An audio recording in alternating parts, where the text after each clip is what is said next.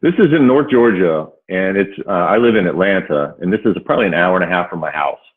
And this particular trail is called Ravenscliff Falls, and it's a 2-mile each way hike to this beautiful waterfall. But along the way, there are lots of little shoals like this one in the picture, and there's, gosh, probably a dozen waterfalls of varying heights. And so it's one of my favorite places to go and just spend a day, and I can shoot lots of different things, lots of different landscape type scenes.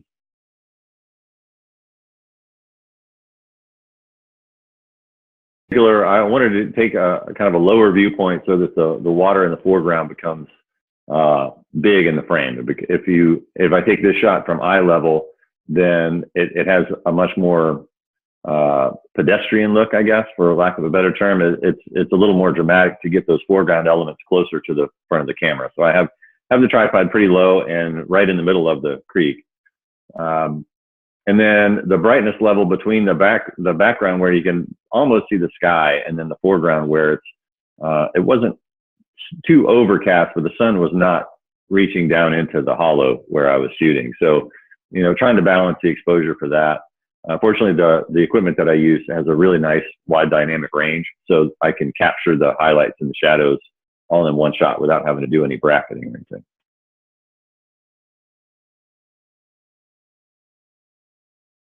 The Panasonic Lumix G9, and the G9, it's January 2018 now, and this camera has just come out, but as a member of the Panasonic ambassador team, I was lucky enough to have one beforehand. So I had this last fall to sort of try it out and shoot some things for Panasonic.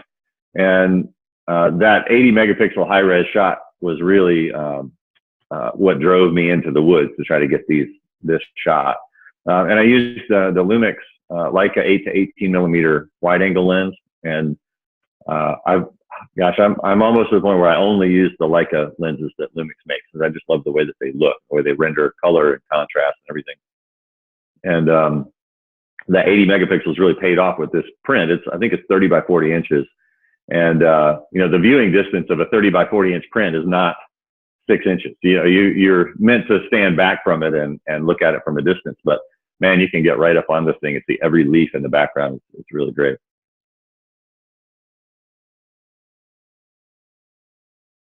Well, I used the high resolution shot on the Lumix G9, and that mode, you really have to be on a tripod, because the camera actually takes 8 pictures in succession and then stitches them together in the camera. So I'm definitely locked down on my Gitzo Mountaineer tripod, and I believe the lens is probably as wide as it goes at the 8 millimeter setting. And generally with that micro four thirds system, f8 is about as sharp as the lens is going to get. Beyond that, you're going to get a little more depth of field, but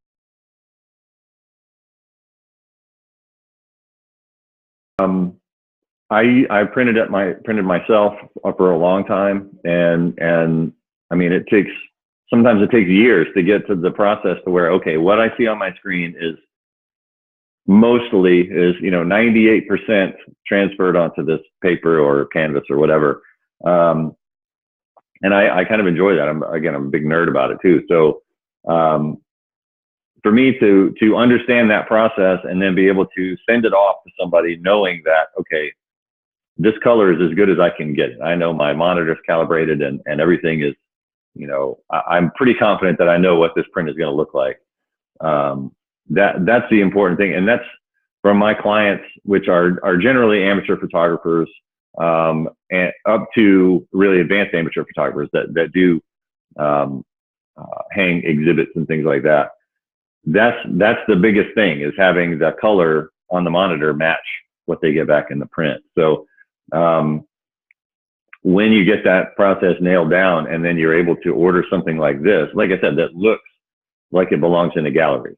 It has a very finished look to it, very professional look to it. I think that's a really rewarding thing for a photographer.